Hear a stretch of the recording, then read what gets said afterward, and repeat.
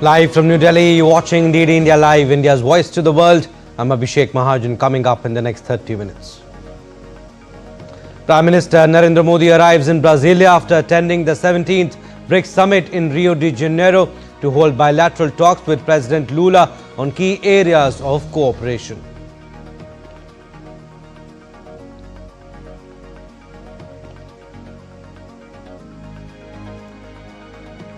BRICS leaders push for empowering the global south, reforms and responsible AI. PM Modi urges for lead by example approach. Also says for India, climate justice is not an option, it is a moral duty.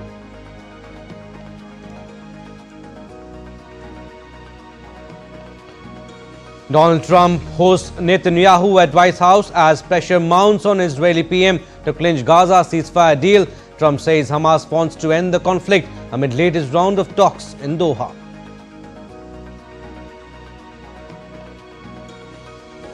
US President unveils first wave of steeper tariffs on over a dozen countries. Japan, South Korea hit with 25% tariffs. Negotiating deadline extended till the 1st August. Rescuers race against time to find missing as catastrophic flooding in Texas claims over 100 lives, 21 still missing.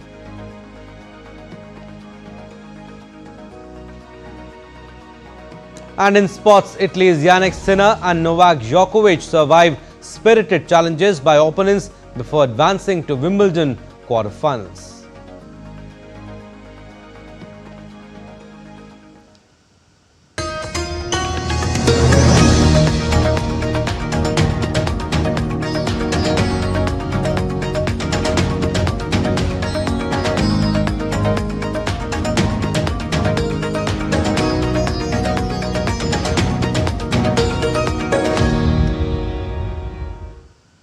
Prime Minister Narendra Modi arrived in Brasilia after attending the BRICS summit in Rio de Janeiro. On arrival, PM Modi was warmly received by José Muzio, Minister of Defense of Brazil, at the airport. The welcome was made delightfully musical by the traditional Brazilian samba reggae performance.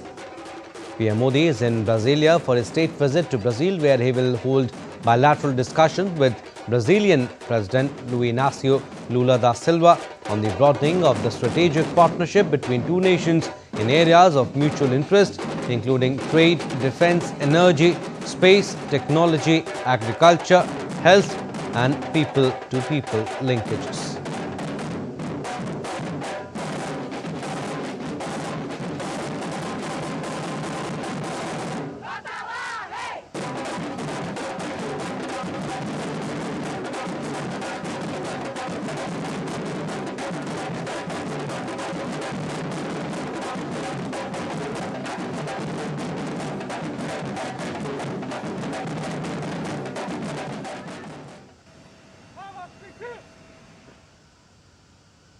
And later, Prime Minister Modi was given a grand traditional welcome in Brasilia.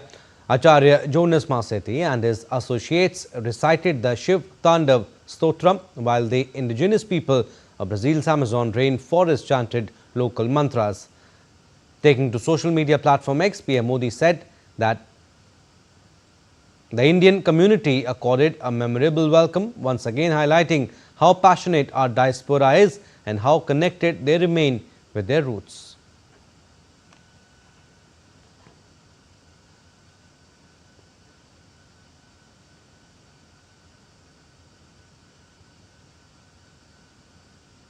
Earlier, Prime Minister Modi addressed the session on environment, COP30 and global health at the BRICS summit in Rio de Janeiro.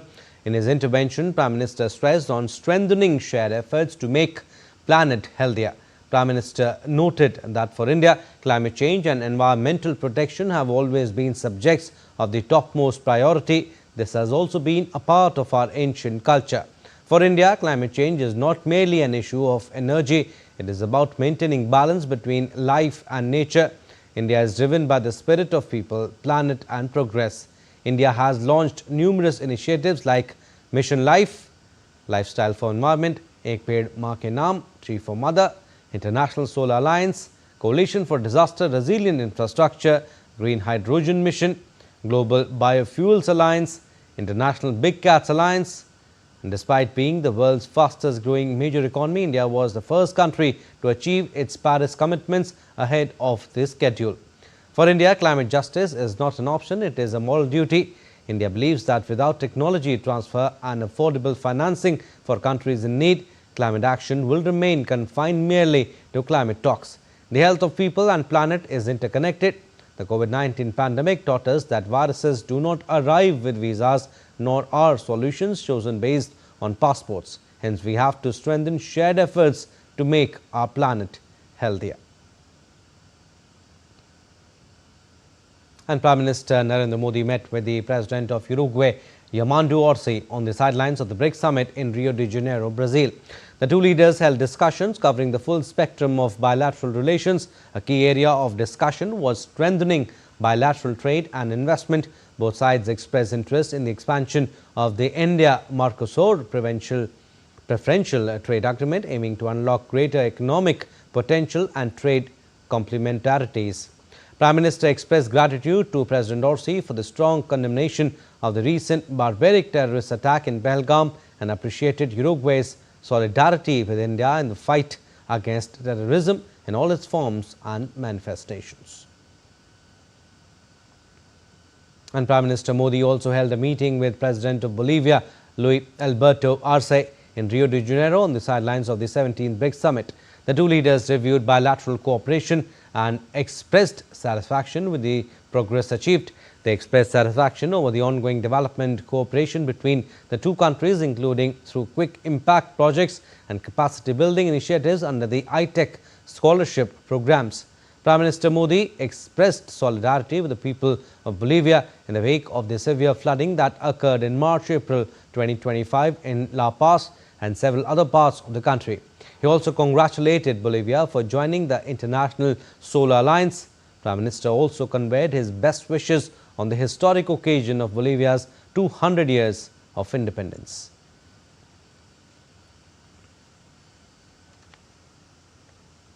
Earlier, Prime Minister Modi addressed the inaugural session on reform of global governance and peace and security, as well as a session on strengthening multilateral economic, financial affairs and artificial intelligence at 17th BRICS summit in Rio de Janeiro.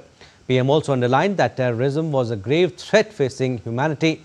Prime Minister also called for working towards responsible AI. Prime Minister Narendra Modi addressed the inaugural session on reform of global governance in peace and security, as well as session on strengthening multilateral economic, financial affairs and artificial intelligence at the 17th BRICS summit in Rio de Janeiro, Brazil. In his address at the inaugural session on reform of global governance in peace and security, Prime Minister Modi reaffirmed India's commitment to enhancing the voice of the Global South. PM Modi stated that global governance institutions such as UN Security Council, the International Monetary Fund, World Bank, and the World Trade Organization must undergo urgent reform to reflect contemporary realities. Calling for strong global action against terrorism, Prime Minister Modi noted that those funding, promoting, or providing safe havens to terrorists must be dealt with in the harshest terms. Honorable Prime Minister underlined that terrorism was a grave threat facing humanity. In this context, he noted that all the leaders have condemned Pahalgam terrorist attack in strongest terms. While in his address at the session on strengthening multilateral economic, financial affairs and artificial intelligence, Prime Minister Modi said that BRICS could play an important role in shaping a multipolar world. Prime Minister Modi offered 4 suggestions. First, BRICS New Development Bank must follow demand-driven principle and long-term sustainability for granting projects. 2. The group considers setting up a science and research repository which could benefit the Global South countries. 3. Focus must be given to make the supply chain of critical minerals secured and resilient.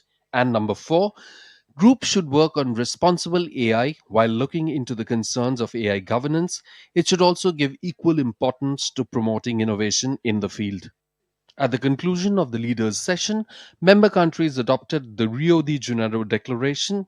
The leaders in the declaration noted that We reiterate our support for our comprehensive reform of the United Nations, including its Security Council, with a view to making it more democratic, representative, effective, and efficient.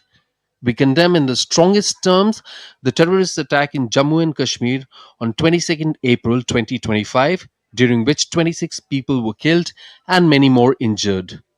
We reaffirm our commitment to combating terrorism in all its forms and manifestations, including the cross border movement of terrorists, terrorism financing, and safe havens. We extend full support to India for its BRICS chairship in 2026 and holding the 18th BRICS summit in India. On the sidelines of the 17th BRICS summit in Rio de Janeiro, Prime Minister Modi also held bilateral meetings with various world leaders.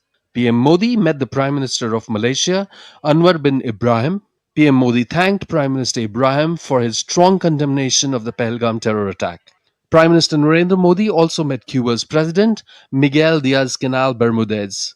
The two leaders reviewed bilateral ties in the areas of economic cooperation, development partnership, fintech, capacity building, science and technology, disaster management, and healthcare.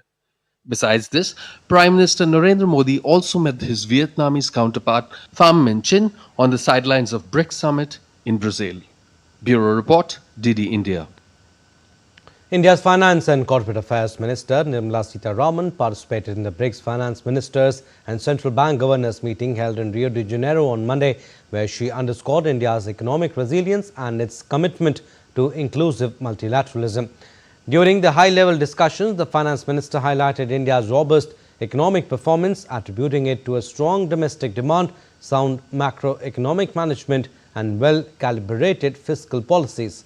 Minister Sitharaman further said that India's policy response to trade and financial restrictions has focused on diversifying markets, promoting infrastructure-led growth and implementing structural reforms aimed at boosting competitiveness and productivity.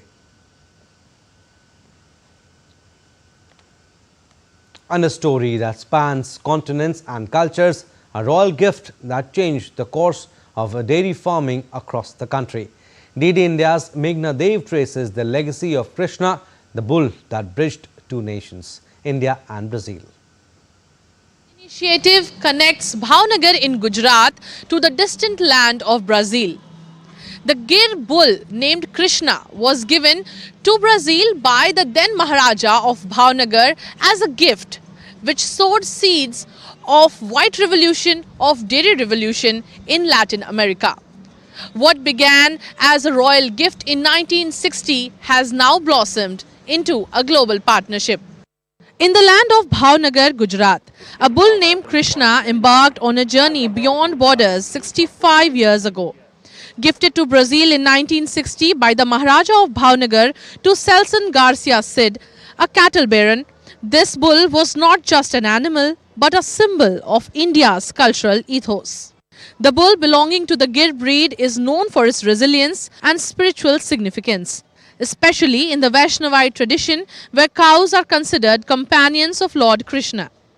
India gifted Gir and Kankrej, two breeds of cows, to Brazil, and since then Brazil has done tremendous development, tremendous scientific development to crossbreed and better these cows to produce more milk, and that is how we are talking about white revolution in Brazil. It was the Maharaja of Bhavnagar, Maharaja Krishna Kumar Singh Ji Gohil, who was very kind to gift the Gir cattle, precisely a Gir bull, to the Brazilian gentleman we very fondly remember as Celso Garcia Cid. And it is this relation that has helped us maintain a very, very good relationship with the people of Brazil till today. One gift from Bhavnagar has helped Brazil in a tremendous way in terms of the income that they've made from the dairy and how well they've utilized it. Brazil has been a consistent admirer of Indian indigenous cattle breeds. Over the years, the country has developed one of the largest Gir cattle populations outside India, originally imported from Gujarat. These cows now play a key role in Brazil's dairy industry. My grandfather bought some cows from Maharaja and very good bulls too. And he brought Krishna to Brazil, but unfortunately Krishna died in 1961. But he left a very good son called Krishna Sakina. Now we have thousands of descendants of Krishna Sakina. We thank India for this magnificent gift. From Bhavnagar to Brazil, this was the journey of a bull named Krishna. The gesture was more than diplomacy. It's a living emblem of India's philosophy of Vasudhaiva Kutumbakam. The world is one family. Meghna Dev's report for DD India. And still to come on this edition of DD India Live. Israeli Prime Minister Benjamin Netanyahu nominates US President Donald Trump for Nobel Peace Prize. Up next, we'll get you details on why India abstained from UN resolution on Afghanistan. And June records hottest ever in 12 countries and exceptionally warm in 26 other countries.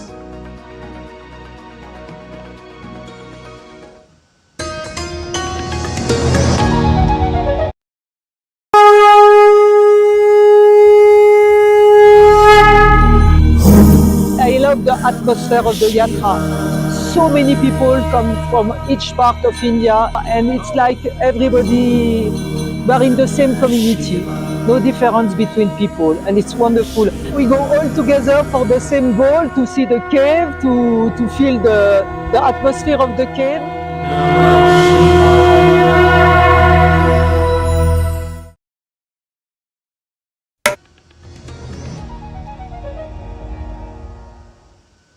Welcome back. You're watching DD India Live. I'm Abhishek Mahajan. Some more stories. US President Donald Trump hosted Israel's Prime Minister Benjamin Netanyahu at the White House on Monday. Both the leaders discussed the situation in West Asia.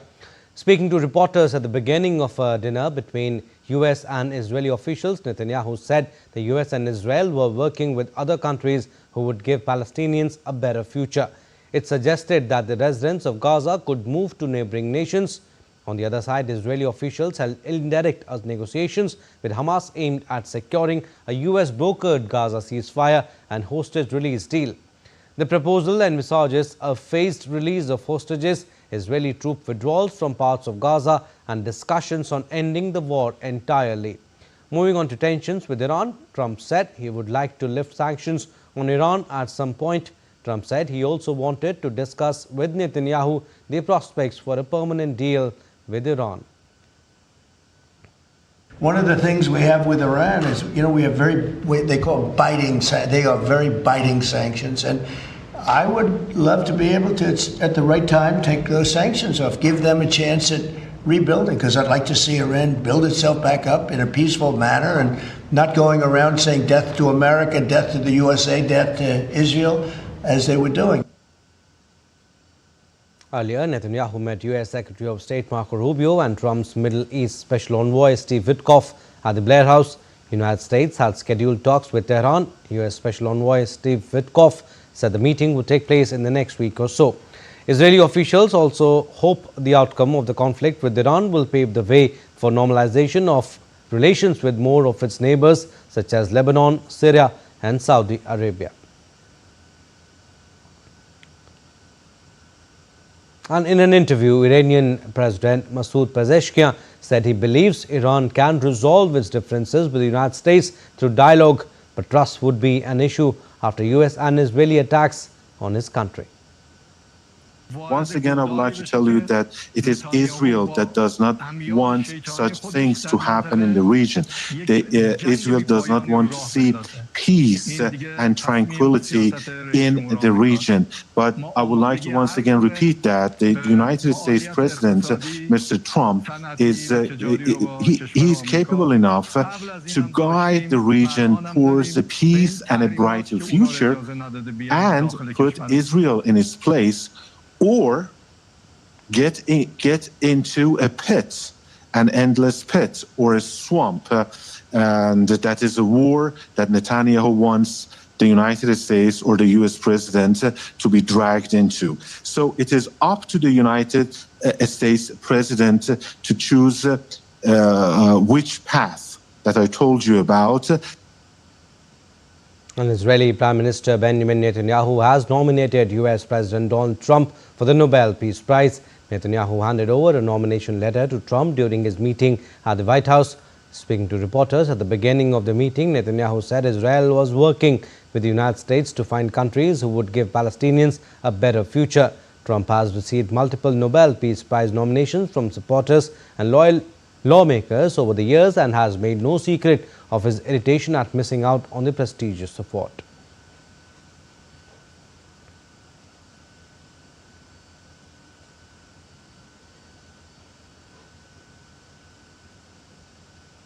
And US has revoked the Foreign Terrorist Organization designation for Al-Nusra Front, also known as Hayat Tahrir al-Sham or HTS, according to a State Department memo filed on Monday. This is a major step as Washington moves to ease sanctions on Syria. The move comes a week after Trump signed an executive order terminating a US sanctions program on Syria to help end the country's isolation from the international financial system and building on Washington's pledge to help it rebuild after a devastating civil war.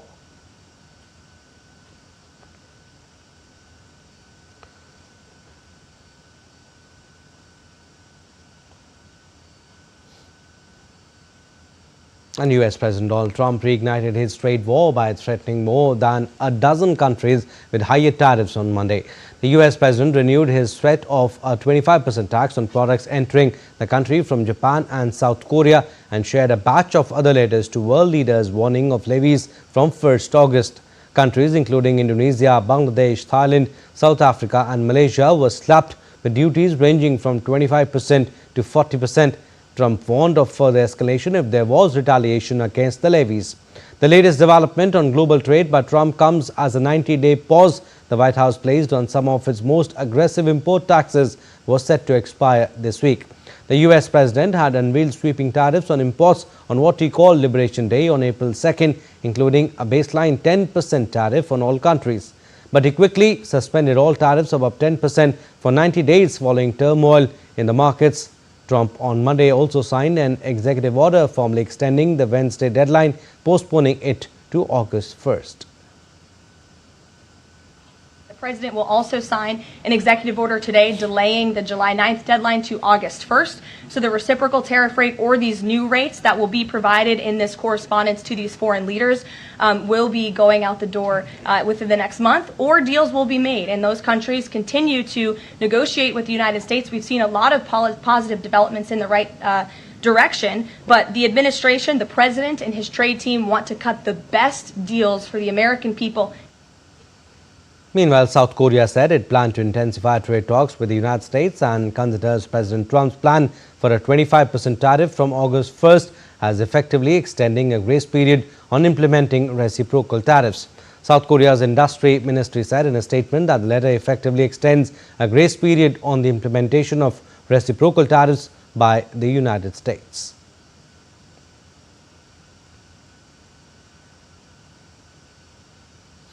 However, Japanese Prime Minister Shigeru Ishiba on Tuesday said that Japan would continue negotiations with the United States to seek a bilateral trade deal that benefits both countries.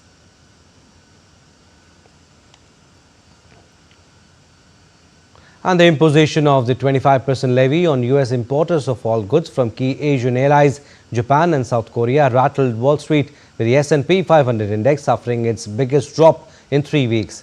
The S&P 500 closed down about 0.8%, while both Dow Jones Industrial Average and tech-rich Nasdaq Composite Index finished down 0.9%.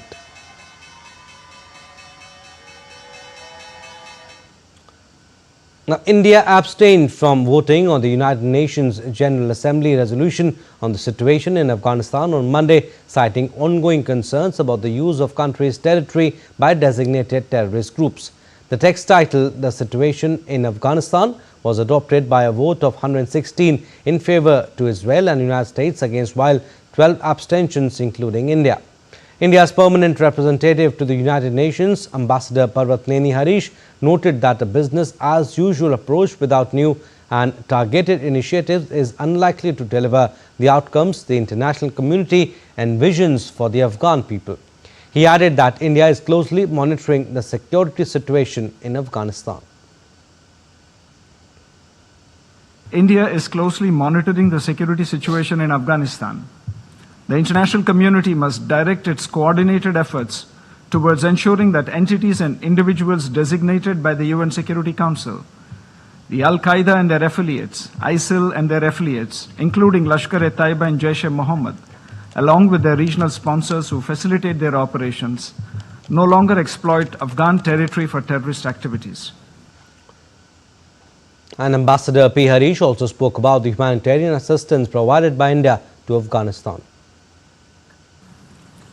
India's immediate priorities in Afghanistan include the provision of humanitarian assistance and the implementation of capacity-building initiatives for the Afghan people. We have been working closely with UN agencies to support the Afghan people in critical areas such as health, food security, education, and sports. India's commitment to Afghanistan's reconstruction is demonstrated through more than 500 development partnerships across all provinces. Now, the death toll from catastrophic flooding in Texas rose to more than 100 on Monday as rescuers continued their grim search for people swept away by torrents of water. At least 27 of the victims were girls and counselors caught at a summer camp when floodwater surged through the area over the 4th of July weekend, leaving little time to escape. The camp, located along a river, was overwhelmed in minutes. Forecasters warned that more rain could trigger additional flooding, with already saturated ground hampering recovery efforts. The month of June was the hottest ever recorded in 12 countries and was exceptionally warm in 26 other countries. According to the data from the European Monitor Copernicus, some 790 million people around Europe, Asia and Africa experienced their hottest June to date. For the residents of 26 other states, including Britain, China, France, Democratic Republic of Congo and Ethiopia, the month of June was the second hottest on record. In Europe, sweltering heat was recorded in the Paris region, in France and parts of Belgium and the Netherlands that are not used to such temperatures.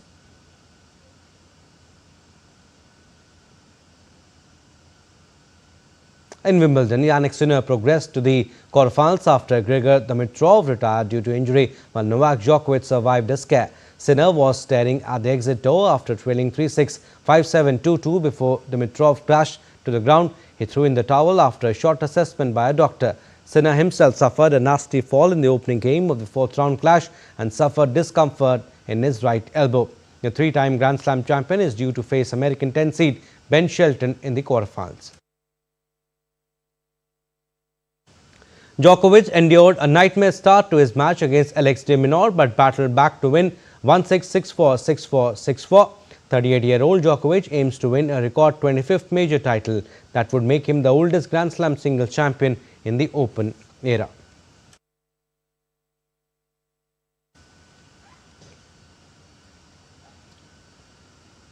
Alright, that's all we have in this edition of DD India Live. You stay tuned for more news and updates. Namaskar.